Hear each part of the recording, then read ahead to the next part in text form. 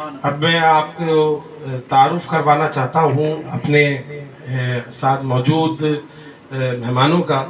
ہمارے آج کے مہمان ہمارے ساتھ موجود ہیں، نوجوان عالم دین ہیں، جناب خضر القادری صاحب، جو کہ ماشاءاللہ درس نظامی انہوں نے کیا ہوا ہے دارالعلوم حمزہ گلشن معمار سے، اور اعلیٰ حضرت سے بڑی عقیدت رکھتے ہیں، نعت سے بڑا شغف رکھتے ہیں، اور نعت کے حوالے سے کام کرنے کا جذبہ رکھتے ہیں. تو انشاءاللہ العزیز مستقبل میں ہم ان سے امید رکھتے ہیں کہ یہ کوئی تعمیری کام انشاءاللہ کریں گے. تو آج ان کو ہم نے مدعو کیا. آج گفتگو کی ابتدا جناب خضر القادری صاحب کی طرف کرتا ہوں. پہلے تو مجھے یہ بتائیے آپ کہ نعت سے وابستگی اور نعت کا شوق آپ کے اندر کیسے بیدار ہوا، اور پھر نعت کی کن جہتوں پہ آپ سوچتے ہیں کہ کام ہونا چاہیے یا کام کرنا چاہیے؟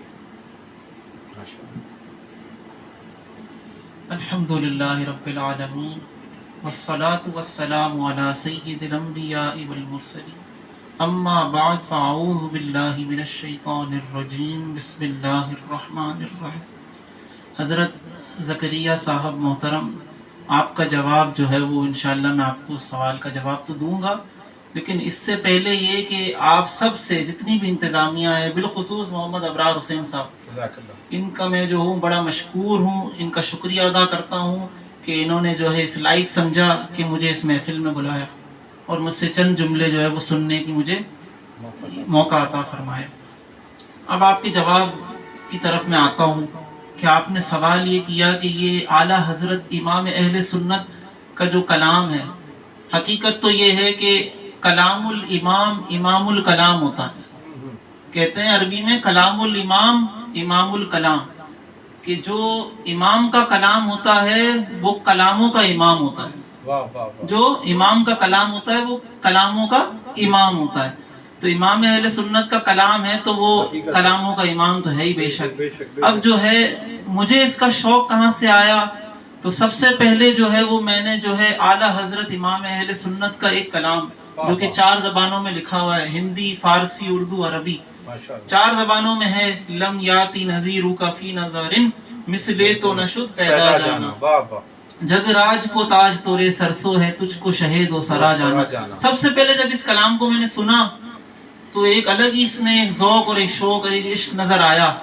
آخر میں آ کر میں سوچ رہا تھا کہ یہ اس کلام کے شاعر کون ہوں گے، تو تخلص بھی پتا چلا کہ رضا ہے.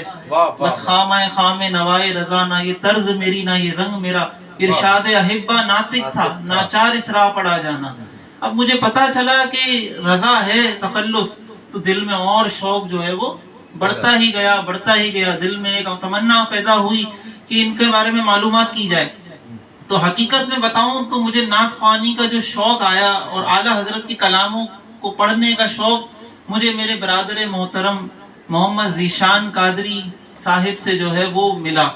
جب میں نے یہ کلام کا مقطع سنا اور مجھے شوق آیا رضا رضا ہو رہا ہے، تو میں نے جو ہے وہ اپنے بھائی جان سے پوچھا، برادر محترم سے، کہ محمد ذیشان صاحب مجھے یہ تو بتا دیں کہ آیا یہ رضا کہتے کہ نہیں.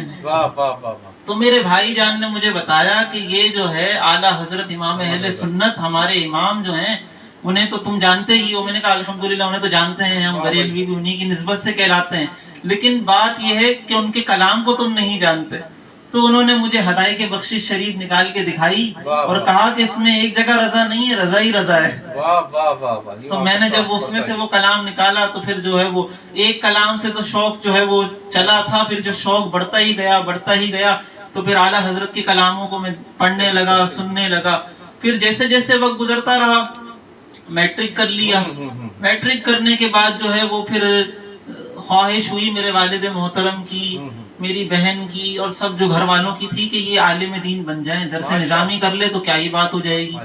تو پھر جو ہے درس نظامی کیا مدرسہ نور حمزہ گلشن معمار میں جو قائم و دائم ہے، جس کے بانی علامہ خادم حسین رضوی صاحب ہیں، اور ہمارے بڑے اساتذہ میں سے استاد غلام غوث بغدادی صاحب اس کے منتظم ادارے کے، محمد آصف عبداللہ قادری صاحب بھی اس کے محتمم ہیں. منتظم ہے ماشاءاللہ، ان کا بڑا فیضان ہم میں آیا، تو جب 8 سال وہاں پڑھا تو اعلیٰ حضرت کا فیضان اور ہی بڑھ گیا. بہت ہے ماشاءاللہ. ویسے تو مل ہی گیا تھا فیضان تو، لیکن جب کسی بارگاہ سے جب آ رہا ہو نا بہت ہو. تو اس بارگاہ سے جب آپ جڑ جاتے ہیں اور اللہ والوں کا دامن تھام لیتے ہیں تو پھر فیضان اور مضبوط ہو جاتا ہے. ان سے ملنے کے بعد پھر جو ہے وہ اعلیٰ حضرت کا فیضان وہاں سے لینے کے بعد جو ہے اب آپ کے سامنے جو ہے وہ بیٹھے ہوئے ہیں ماشاءاللہ. اور اعلیٰ حضرت کا جو ہے وہ ذکر کر رہے ہیں. بہت ہو. بہت. اب جو ہے بات یہ ہے کہ اعلیٰ حضرت امام اہل سنت جو ہے وہ تو اپنا کام کر گئے. اتنے پیارے پیارے کلام جو شریعت سے بالکل جو ہے وہ شریعت کا جن میں پاس ہے، ناجائز کا وہاں نون بھی نہیں ہے، نون کا نقطہ بھی ناجائز کا نہیں ہے. وہاں پر نہیں ہے، سب جائز ہی ہے، بلکہ اچھا ہے نا. تو اعلیٰ حضرت امام اہل سنت نے ہمیں یہی سبق دیا کہ حضور صلی اللہ علیہ وسلم کی ثنا خوانی کرنی ہے تو یہ بھی کوئی ایرے گھیرے نتھو گھیرے کا کام نہیں ہے، بلکہ اس کے لیے بھی جو ہے علم کی ضرورت ہوتی ہے. بنا علم کے جو ہے وہ انسان کہیں اور دلدل میں پھنس جاتا ہے. تو علم حاصل کرو، علم حاصل کرو، اس کے بعد حضور صلی اللہ علیہ وسلم کی ثنا خوانی کرو.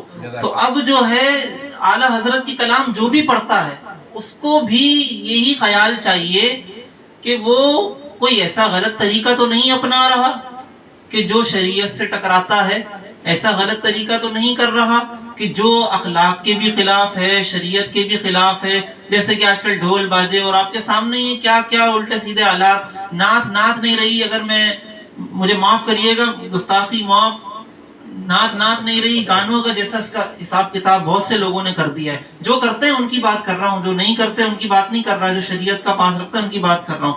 تو ہمیں اعلیٰ حضرت کے کلام پڑھنے چاہیے اور شریعت کے دائرے میں رہ کر پڑھنے چاہیے. جزاک اللہ. بہت جزاک اللہ. بہت خوبصورتی سے اظہار خیال کر رہے تھے جناب فضل القادری صاحب.